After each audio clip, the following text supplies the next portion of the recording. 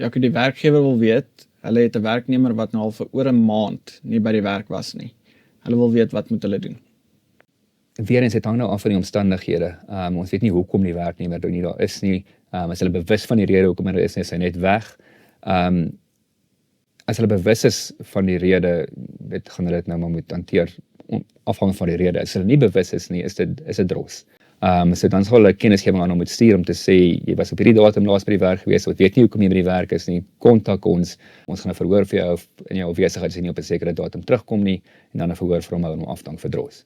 Maar daar's 'n hele proses wat gevolg moet word vir dit. Soos ek sê, op grond van die omstandighede gaan die proses beïnvloed. Ons nie genoeg inligting om regtig te sê wat die regte proses is nie.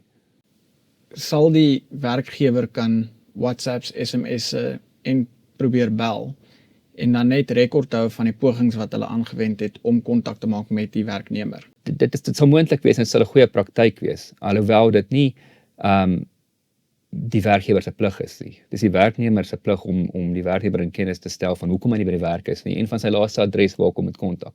So die werkgewer is tegnies geregtig geroep om na die laaste adres van die werknemer toe 'n brief te stuur en te sê, jy is nie hier nie, hoekom is jy nie hier? Jy moet terugkom, anders gaan jy ontslaan word.